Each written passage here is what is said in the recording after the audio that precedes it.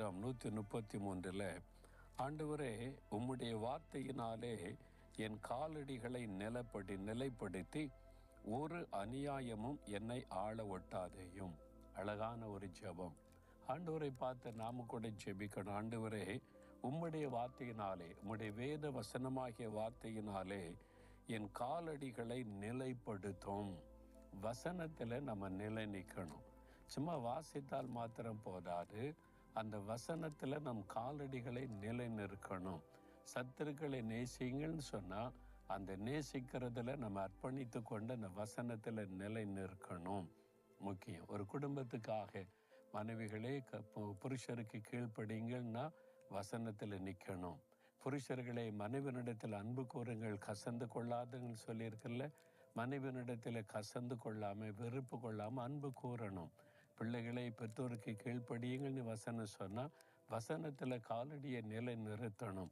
நான் இப்போ பெற்றோருக்கு கீழ்ப்படிவேன் என்று சொல்லி இது மாதிரி ஒவ்வொருவருக்கும் வசனம் சொல்லுகிறாரு. ஊழியக்காரர்கள், காவல்துறையினர்களுக்கு சொல்லியிருக்குது, வாங்குகிற சம்பளம் போதும் என்றுங்க, லஞ்சம் வாங்காதங்க, யார் மேலேயும் பொய் கேஸு போடாதங்க பைபிள் இருக்குது. அப்போ இந்த வசனத்தை வாசித்துட்டு சும்மா போகக்கூடாது, வசனத்தில் காலடிகளை நிலை நிறுத்தணும் என்ற அழகான ஒரு ஜெபம். ஒரு அநியாயமும் என்னை ஆள ஒட்டாதே. வசனத்தில் நின்றுந்தா அநியாயங்கள், அக்கிரமங்கள் நம்மை ஆள முடியாது, பரிசுத்த வாழ்க்கையில் நடக்கும். அப்போ வசனத்தை சொல்லி, ஆண்டவரே அதில் என்னை நிலை நிறுத்துங்க, அந்த வசனத்தில் தான் நான் வாழணும், என்னை அர்ப்பணித்து கொண்டா எந்த பாவமும் அநியாயமும் நம்ம வாழ்க்கையை தீட்டுப்படுத்தாது. வசனத்தில் வாழணும், அதில் கவனம் செலுத்துங்க. இப்போ உங்களுடைய வாழ்க்கையை சோதிச்சு பாருங்கள். ஏன் இந்த காரியத்தில் மட்டும் அற்புதம் நடக்க மாட்டேங்குது?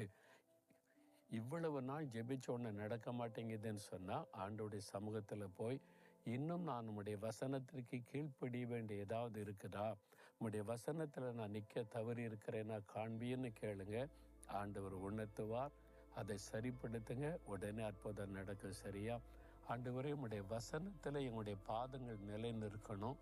அப்போ ஒரு அநியாயமும் எங்களை ஆண்டு கொள்ள ஒட்டாதபடி நீர் பாதுகாப்பீர். உம்முடைய வசனத்தின்படி வாழ அர்ப்பணிக்கிறோம். அற்புதங்களை செய்தருளும்.